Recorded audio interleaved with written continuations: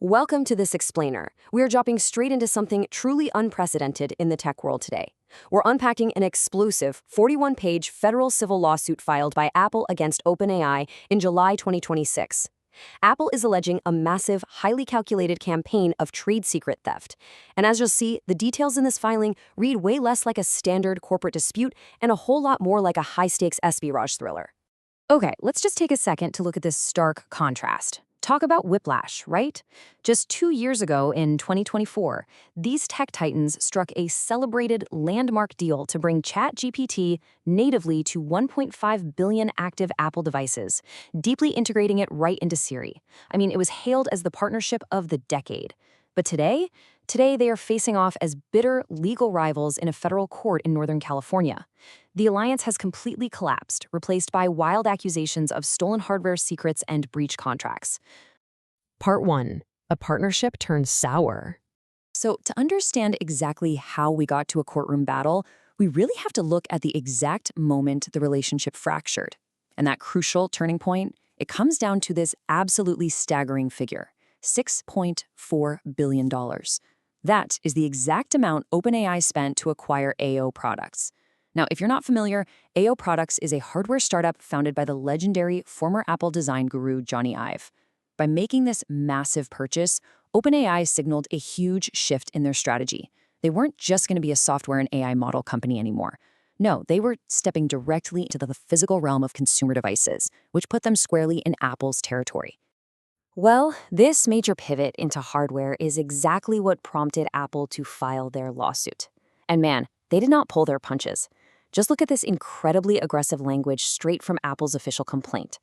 They are explicitly claiming that OpenAI's entire hardware foundation is built on stolen intellectual property. Apple basically views this move into their hardware ecosystem as an existential threat. They're claiming that OpenAI didn't just happen to build a competing product, but that they literally orchestrated a systemic campaign to extract Apple's deepest hardware secrets to pull it off. Part 2. The internal network hack. So, how are these secrets actually obtained? Apple's lawsuit breaks down what basically amounts to a brazen digital heist. They allege this was committed by Chang Liu, a senior systems electrical engineer who spent 8 years on Apple's iPhone team. According to the court filing, when Liu left for OpenAI in January 2026, he simply never returned his Apple-issued laptop and completely ghosted his exit interview. The suit claims that while working at OpenAI, Liu used a former colleague's Apple laptop to discover a rare, previously unknown authentication bug. He supposedly exploited this exact loophole to breach Apple's internal network folders and systematically downloaded dozens of highly confidential hardware files, including unannounced product details and engineering specs. And this right here brilliantly illustrates the alleged audacity of the whole thing. Apple claims that instead of, reporting this massive zero-day security vulnerability, Liu actually celebrated the breach. He allegedly sent text messages to a colleague saying LOL, and that it was so funny that he was able to bypass the security team. It gets crazier. The lawsuit even details that he coached a former colleague on exactly which secret Apple documents to study before her own OpenAI job interview, literally showing her how to avoid detection while copying the files. Part 3.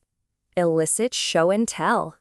Now, the hacking allegations against Liu, that's really just one piece of a much larger puzzle. The complaint points directly at Tang Tan, an incredibly senior 24-year Apple veteran who served as the VP of product design for the iPhone and Apple Watch. He is now OpenAI's chief hardware officer. Apple accuses Tan of turning standard job interviews into illicit intelligence gathering sessions. They allege he used confidential Apple project codenames to probe candidates about unannounced products. Even more shockingly, he allegedly shared an internal Apple document marked Need to Know that detailed exactly how Apple monitors departing employees. He was effectively giving new OpenAI recruits a playbook on how to evade Apple security checks. You have to read this quote from an astonished job candidate. It perfectly captures how aggressive these alleged requests were. Apple claims Tan instructed candidates who were still working for Apple to physically bring highly sensitive components, like actual circuit boards, prototypes, and batteries, to their interviews at OpenAI for illicit show-and-tell sessions. Part 4. The AI hardware war. As we zoom out from the actions of these specific individuals, it becomes pretty clear that this is about a much larger battle for dominance over who will control the physical realm of artificial intelligence in the coming decade. Over 400 former Apple employees are now working at OpenAI. This single number illustrates a massive talent drain, and it really highlights a critical legal gray area. There is a very, very fine line between legally hiring a rival's engineers and illegally extracting the proprietary knowledge that lives in their heads. Hiring rivals is completely legal. Taking documents, prototypes, and exploiting network bugs, that is where trade secret law is violently crossed. Now, it is absolutely crucial to note that right now, these are strictly allegations. OpenAI has emphatically denied any and all wrongdoing. Drew Pusateri, a spokesperson for OpenAI, issued a statement making it clear that they're reviewing the filing, but they maintain they have, quote, no interest in other companies' trade secrets. They are holding firm that their entire focus is on internal innovation, not corporate espionage, and that their hardware division is built entirely on their own legitimate engineering. However, Apple is clearly treating this as a widespread, systemic issue. They've recently escalated the situation by sending legal preservation letters to about 40 other former employees now at OpenAI, which signals they believe the theft goes far beyond just Tang Tan and Chang Liu. The lawsuit also claims OpenAI approached one of Apple's own global manufacturing partners, misleading them into believing OpenAI had Apple's permission, all just to get a demonstration of a proprietary metal finishing technique. Because of all this, Apple is pushing hard for a jury trial and a legal discovery phase. Apple admits they currently only see the tip of the iceberg, and discovery would legally force OpenAI to open up its internal records, emails, and development logs to the court. Part 5. The stakes for AI's future. So, what does this all mean? The outcome of this federal lawsuit has massive implications. We aren't just looking at a squabble between two companies here. This could reshape the entire rapidly consolidating AI industry and how businesses manage their AI vendors. Apple isn't just seeking financial damages. They are seeking a court-ordered injunction to completely block OpenAI from possessing or using any of this alleged trade secret information in their hardware development. If Apple wins this injunction, OpenAI's highly anticipated first hardware device could literally be sent back to the drawing board, severely delayed, or entirely scrapped. And the timing, it honestly couldn't be worse for OpenAI as they navigate this massive crisis right as they prepare for a highly anticipated initial public offering.